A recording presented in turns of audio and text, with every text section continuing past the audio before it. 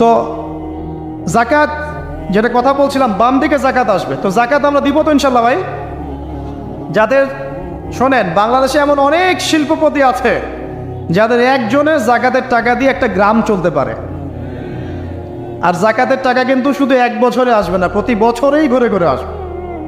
মনে করেন যে আপনাদের এলাকার মধ্যে অনেক বিত্তশালী আছেন, আমি দোয়া করি মন থেকে আল্লাহ পাক বিত্তশালীদের অন্তরটাকে নরম করে দিক এবং ওসমান রাদিয়াল্লাহু আনহুর মতো দানশীল করে দিক। আমরা দোয়া করি। আমরা কারো খারাপ চাবো? সবার জন্য হেদায়েতের দোয়া করব। টাকা থাকতে তো সমস্যা নাই, কিন্তু টাকা থেকে যদি ওসমান রাদিয়াল্লাহু আনহু হতে না পারলাম তাহলে সমস্যা। টাকা থাকতে কোনো সমস্যা নাই, ধন আপনাকে আল্লাহ দিতেই পারে। এই ধনটাকে উসমান গনি রাদিয়াল্লাহু আনহুর মতো আল্লাহর পথে বিতরণ করে দেন, ইনশাআল্লাহ আল্লাহ পাক আপনাকে জান্নাতুল ফেরদৌস দান করেন।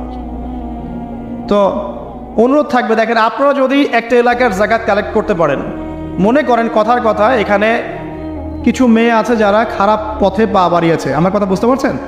আচ্ছা, এরকম পল্লী অনেক জায়গা আছে না? এক বছরের জাকাতের টাকা দিয়ে সমস্ত যৌনপল্লীর মেয়েদেরকে কাজ দেওয়া সম্ভব, কর্মে আনা